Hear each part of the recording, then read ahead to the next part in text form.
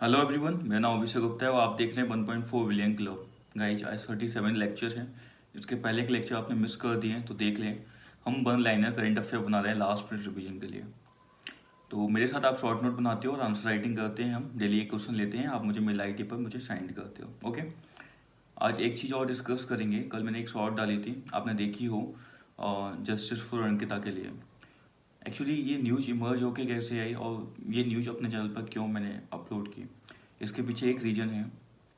आप सोचो, अगर कोई व्यक्ति एक लड़की को जिंदा जला रहे हैं, है ना, तो क्या उसके विचार होंगे, उसको पावर कहाँ से मिली ये करने की। क्योंकि हर कोई कहीं ना कहीं से सीखता है ये चीज़ें। हम एक ह्यूमन बीइंग हैं तो हमारे पीछे अगर कुछ सीख रहे हैं, कोई ना कोई कारण तो होगा ना कहाँ से सीख रहे हैं। और उसके बाद आप गलती करने के बाद आप हंस रहे हो, मतलब आपको 1% भी पश्चाताप नहीं है, ये बहुत बड़ी चीज़ हो जाती है। क्योंकि अगर आपको पश्चाताप नहीं है मतलब आपने गलती की है, आप उस पर प्राउड फील कर रहे हो, आपको गलत नहीं लग रहा है, तो कहीं ना किसी का तो लूप फॉल है। समाज का हो, एजुकेशन सिस्टम का हो, उसके परिवार का हो, उसकी परवरिश का हो, कोई ना कोई तो है। तो ऐसे में हमें एक बार चेक करना चाहिए कि हमारी एजुकेशन सिस्टम सही है क्या। और वो जो डीएसपी था उसने सही तरीके से जांच नहीं की, या फिर वो जो भी उसने किया जो गलत था ऐसा बताया जा रहा है। अभी तो फाइनल तो रिपोर्ट के बाद पता चलेगा तो उसे हटाया जाएगा। पर ऐसा जब सब लोग बोल रहे हैं तो कुछ ना कुछ तो गलती हुई है।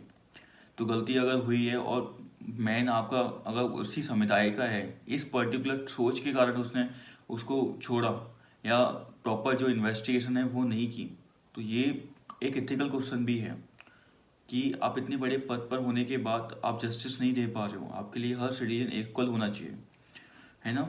आपके लिए समुदाय की तो बात ही नहीं होती, देश से बड़ा तो कुछ है ही नहीं।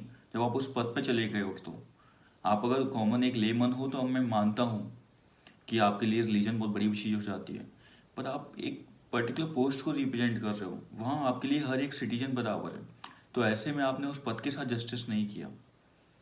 चलो आज स्टार्ट करते हैं आज का करंट अफेयर। शॉर्ट नोट बनाना मेरे साथ और आंसर राइटिंग मुझे फॉरवर्ड करना करके। पहला है गोरुमारा नेशनल पार्क कहाँ पर है, वेस्ट बंगाल में। Okay. Second river Jaldhaka river है। अब धाका से आपको समझ में आ रहा होगा वेस्ट बंगाल में है, ठीक है। सेकंड ट्रिब्यूटरी किसकी है, ब्रह्मपुत्र की। थर्ड आपका यहाँ क्या फेमस है, वन हॉर्न राइनो। नेक्स्ट आपका कुद्रेमुख नेशनल पार्क कहाँ पाया जाता है, कर्नाटका में है। और रिवर कौन सी पास होती है उससे, तुंगभद्रा हो गई, नेत्रावती हो गई। एक वाटरफॉल भी है, याद रखना, काडम्बी वाटरफॉल्स। अगर यूपीएससी और स्टेट पीएससी पूछेगा तो ये पूछ सकता है कि काडम्बी वाटरफॉल्स किस नेशनल पार्क में है, या फिर इस नेशनल पार्क से कौन सी रिवर गुजरती है। पप्यात रिवर नाइपर रिवर को ज्वाइन करती है और ये है कहाँ, यूक्रेन में। हमने इसके ऊपर एक शॉर्ट्स पे डिस्कस किया था, आपने देखा होगा, न्यूक्लियर पावर प्लांट से ऊपर। यहाँ पे इसके नाइपर रिवर के पास एक न्यूक्लियर पावर प्लांट है, बहुत ज़्यादा न्यूज में है। और रसिया यूक्रेन क्राइसिस के बाद यू या फिर E40 प्रोजेक्ट कनेक्टिंग करता है आपकी बाल्टिक सी को ब्लैक सी से, तो बहुत इंपॉर्टेंट हो जाता है। क्रा कैनाल, थाई कैनाल भी बोलते हैं इसको, गल्फ ऑफ थाईलैंड को अंडमान सी से कनेक्ट करता है। और ये बहुत ज़्यादा इंपॉर्टेंट है, आपने देखा होगा न्यूज में हमेशा ही रहती है। मेडिकेन्स ट्रॉपिकल लाइक साइक्लोन्स हैं, कहाँ पाए जाते हैं, formed over Mediterranean sea. Next आपका vibrant villages program for development of border villages. Northern sector में जो आपके नदर्न मोस्ट बॉर्डर विलेजेस हैं उनके डेवलपमेंट के लिए, ऐसे विलेजेस जहाँ बहुत कम जनसंख्या रहती है, इंफ्रा नहीं है, प्रॉपर स्कूल्स वगैरह नहीं है, उनको डेवलप करने की बात की गई है इसमें।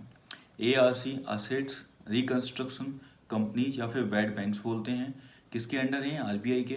और किस एक्ट से पावर मिलती है इनको, सरफाइसी एक्ट। यहाँ बैड बैंक्स बैड लोन्स होते हैं जो NPA हो जाते हैं, उनको खरीदते हैं ये, फिर उनको थोड़ा सा मॉडिफाई करके बेचते हैं या फिर उनसे पैसे कमाने की कोशिश करते हैं। परम्परा पराबे का एक सुपर कंप्यूटर है, किसने बनाया है, CDEC ने। बसाई वेटलैंड कहाँ पर है, गुरुग्राम में। आज का क्वेश्चन है, the nature of economic growth in India in recent time is often described as jobless growth. Do you agree with this view, give arguments in favour of your answer. ठीक है, argument दो इस favour में कि आपको भी लगता है कि जॉबलेस ग्रोथ है कि नहीं है, और है तो क्या इशू है। ग्लोबलाइजेशन हो गया, आपका कोविड इम्पैक्ट भी बताना, आप इन्फ्लेशन बताना, जो पैटर्न शिफ्ट हो रहा है, आर्टिफिशियल इंटेलिजेंस वगैरह वो सब बता सकते हो। मेल आईडी है AG282031@gmail.com। ओके, इस पर मुझे सेंड करो। फीडबैक के साथ मैं आपको फॉरवर्ड कर दूंगा शाम तक। मिलते हैं अगली वीडियो में। जय हिंद।